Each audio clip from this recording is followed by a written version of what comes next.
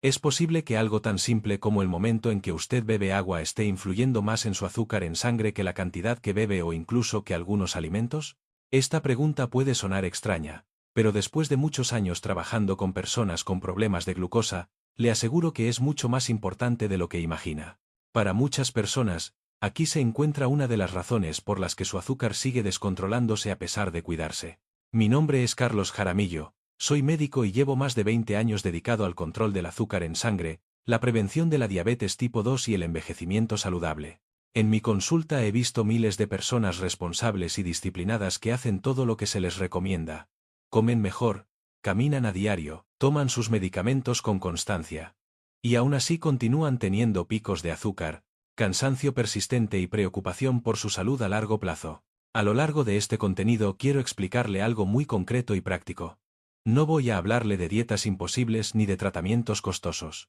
Voy a mostrarle cómo, cuándo y de qué manera beber agua para que su cuerpo pueda utilizarla correctamente y apoyar de forma natural el equilibrio del azúcar en sangre. Este enfoque no requiere cambiar por completo su rutina ni añadir más pastillas, pero sí entender un detalle clave que la mayoría de las personas desconoce. El último punto que le voy a explicar es el que realmente marca la diferencia y el que casi nadie menciona, ni siquiera en consulta. Por eso le recomiendo quedarse hasta el final, porque comprender ese detalle puede cambiar la forma en que su cuerpo maneja la glucosa cada día. Ahora sí, acompáñeme y empecemos por entender por qué la hidratación correcta puede convertirse en una herramienta fundamental para estabilizar su azúcar y proteger su salud. La diabetes tipo 2 no aparece de un día para otro. Es una enfermedad silenciosa que se va formando poco a poco, casi sin avisar. Durante años, el azúcar en sangre comienza a elevarse de manera discreta, dañando vasos sanguíneos y órganos sin provocar síntomas claros. Al principio, muchas personas solo notan más sed de lo habitual, cansancio frecuente o esa sensación de sueño pesado después de comer. Nada que parezca alarmante. Por eso se ignora. Con el paso del tiempo, el problema avanza. El cuerpo empieza a perder la capacidad de manejar bien la glucosa y los niveles de azúcar se vuelven cada vez más inestables. Entonces aparecen las consecuencias que nadie quiere enfrentar. Problemas de visión, daño en los nervios, dificultades en los riñones, mayor riesgo de infartos y una pérdida progresiva de energía y autonomía. Lo más duro es que todo esto suele aparecer cuando la persona siente que ya se está cuidando. Muchísimas personas mayores hacen grandes esfuerzos para controlar su salud. Reducen los carbohidratos, siguen indicaciones médicas, caminan todos los días y toman sus tratamientos con disciplina. Sin embargo, a pesar de todo ese compromiso, sus análisis no mejoran como esperaban. El azúcar sigue subiendo, la fatiga se vuelve constante y aparece una sensación frustrante de estar luchando contra algo que no termina de responder. Esta situación genera miedo y confusión. Muchos llegan a pensar que la diabetes es simplemente una consecuencia inevitable de la edad o que el cuerpo ya no puede hacer más.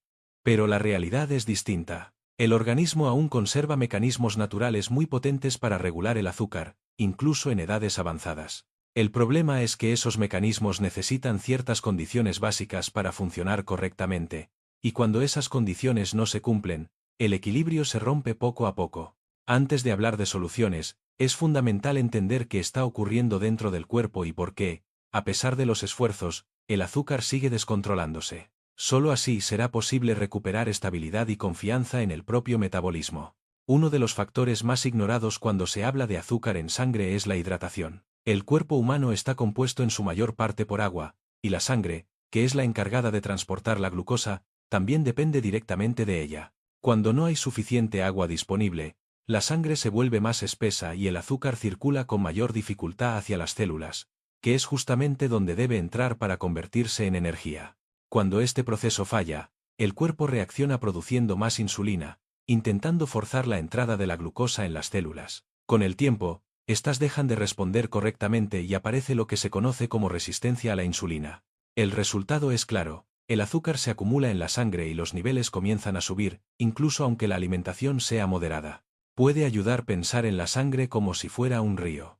Cuando el río tiene suficiente agua, todo fluye con normalidad. Pero cuando el caudal baja, aparecen obstáculos, acumulaciones y bloqueos. Algo muy similar ocurre dentro del cuerpo cuando hay deshidratación. Aunque sea leve y constante, el azúcar se estanca, la insulina pierde eficacia y el metabolismo se vuelve inestable. Lo más importante es entender que esta deshidratación no siempre se siente como sed intensa. Muchas personas pasan años ligeramente deshidratadas sin darse cuenta, especialmente a partir de los 50 años, cuando la sensación de sed disminuye. Este estado silencioso afecta directamente la capacidad del cuerpo para regular el azúcar y mantener la energía estable a lo largo del día. Por eso, antes de pensar en soluciones complejas, es fundamental revisar algo tan básico como la forma en que se hidrata el cuerpo a diario. La mayoría de las personas cree que se hidrata bien, pero en realidad comete errores muy comunes que afectan directamente el equilibrio del azúcar en sangre. El primero es beber agua solo cuando aparece la sed. La sed no es una señal preventiva, sino una advertencia tardía. Cuando la boca está seca o la garganta se siente pastosa, el cuerpo ya ha perdido parte del agua que necesita para funcionar correctamente. En ese estado, la sangre se espesa y el azúcar tiende a elevarse con mayor facilidad. El segundo error es beber grandes cantidades de agua de una sola vez. Muchas personas piensan que tomar 1 o 2 litros de golpe es beneficioso, pero el cuerpo no funciona así. Solo puede absorber pequeñas cantidades de forma eficiente. El exceso se elimina rápidamente sin ser aprovechado, lo que significa que esa agua no ayuda a diluir la glucosa ni a mejorar la respuesta de la insulina. Es como regar una planta de una sola vez. El agua se desperdicia y las raíces no se nutren. El tercer error, muy frecuente especialmente en climas cálidos, es beber agua demasiado fría. Aunque resulte refrescante, el agua muy fría provoca una contracción de los vasos sanguíneos, lo que reduce momentáneamente el flujo hacia los tejidos. Esto dificulta el transporte de glucosa y ralentiza los procesos metabólicos que ayudan a mantener el azúcar estable. Lo importante es entender que estos errores no ocurren por descuido, sino por falta de información. Nadie nos enseñó cómo hidratarnos correctamente. Sin embargo, corregir estos hábitos es más sencillo de lo que parece y puede marcar una gran diferencia en cómo se comporta el azúcar a lo largo del día. Ahora que ya conoce los errores más comunes al beber agua, es momento de pasar a lo más importante: cómo hidratarse correctamente para que cada vaso ayude de verdad a estabilizar el azúcar en sangre. Este enfoque se basa en 4 pasos simples, fáciles de recordar y de aplicar en la vida diaria. No requiere esfuerzo extra ni cambios drásticos, solo atención al momento y a la forma de beber agua. El primer paso es el vaso de la mañana. Durante la noche, el cuerpo pasa muchas horas sin recibir líquidos, por lo que al despertar se encuentra en un estado de deshidratación leve. Este momento es clave porque la sensibilidad a la insulina es más alta en las primeras horas del día. Beber un vaso de agua templada al levantarse ayuda a activar el metabolismo, diluir la glucosa acumulada y preparar al cuerpo para manejar mejor el azúcar desde el inicio del día.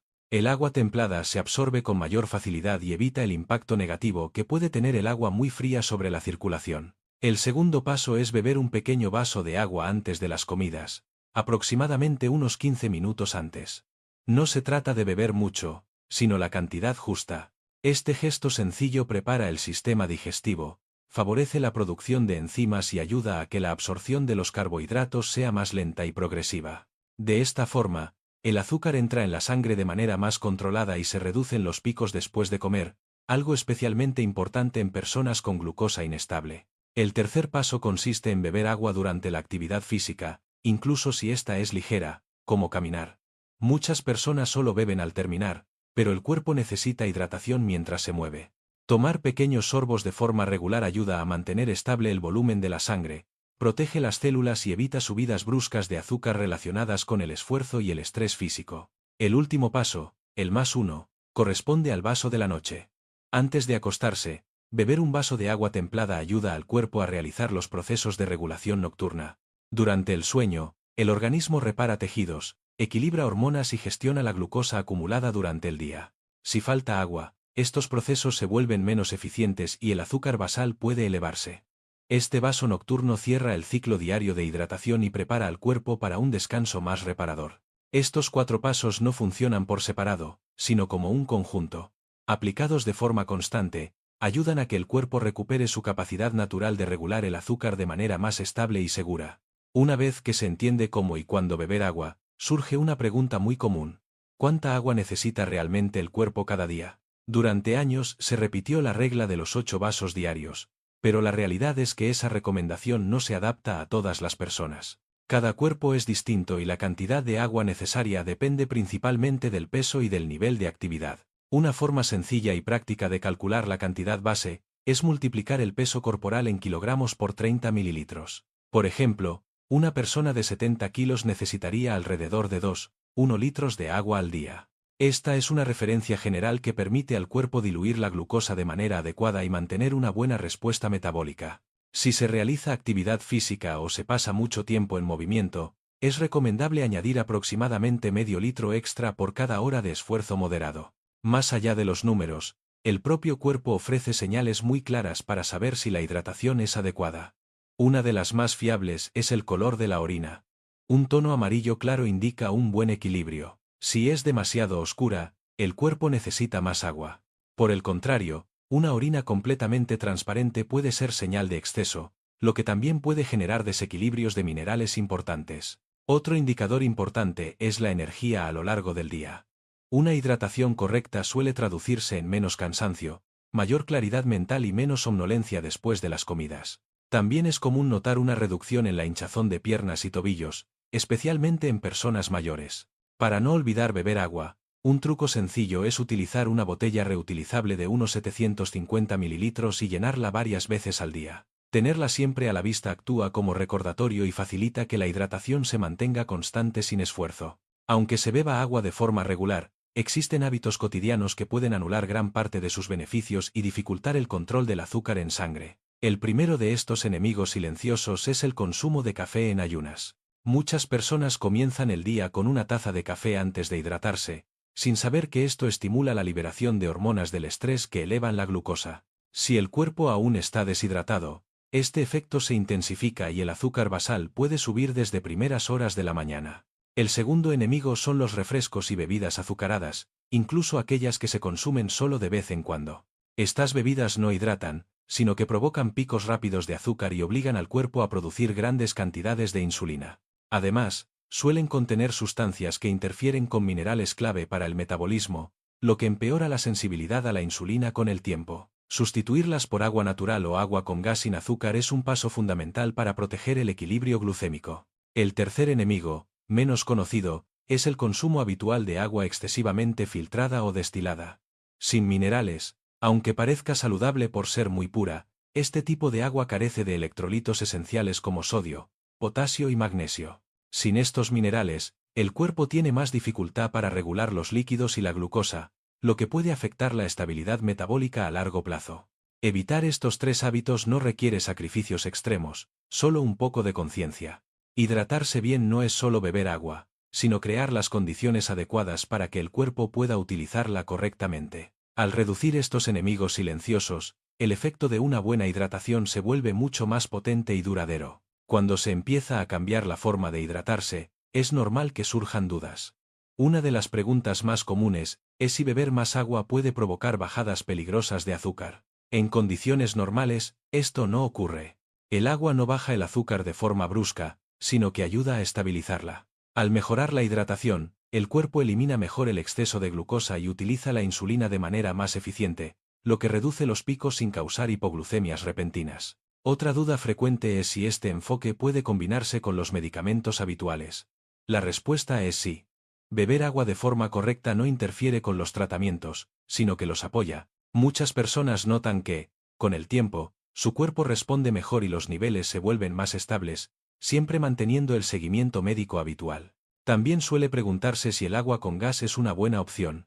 El agua con gas natural, sin azúcar ni edulcorantes, puede formar parte de la hidratación diaria. Para algunas personas resulta más agradable y facilita beber la cantidad necesaria. Lo importante es evitar las versiones saborizadas o endulzadas, que sí afectan el equilibrio del azúcar. En personas mayores con función renal sensible, la hidratación debe ser más consciente, pero no debe evitarse. Beber agua repartida a lo largo del día, en cantidades moderadas, suele ser mejor que grandes volúmenes de una sola vez. Escuchar al cuerpo y observar señales como la hinchazón o la fatiga es clave. Por último, muchos se preguntan cuánto tiempo tarda en notarse un cambio. Algunas señales aparecen en pocos días, como menos sed al despertar o más energía después de comer. Otras mejoras, como una mayor estabilidad del azúcar, requieren constancia durante varias semanas. La clave no está en hacerlo perfecto, sino en hacerlo de forma regular. A lo largo de este contenido ha quedado claro que el control del azúcar en sangre no depende únicamente de medicamentos, dietas estrictas o grandes sacrificios. Muchas veces, El cuerpo solo necesita que se le den las condiciones adecuadas para volver a funcionar de forma más equilibrada. Y una de esas condiciones, tan simple como poderosa, es la manera en que se hidrata a diario. La diabetes tipo 2 no es una condena inevitable ni una consecuencia obligatoria del paso del tiempo. Es, en muchos casos, una señal de que el cuerpo ha estado trabajando durante años sin los recursos básicos que necesita para autorregularse. Cuando se corrigen pequeños hábitos, como el momento y la forma de beber agua, el organismo puede empezar a responder de manera más estable, con menos picos, menos cansancio y mayor claridad mental. No se trata de hacerlo todo perfecto. No hace falta cambiar toda la rutina de un día para otro. Basta con aplicar la mayor parte de lo aprendido, aunque sea un 70%, y hacerlo con constancia.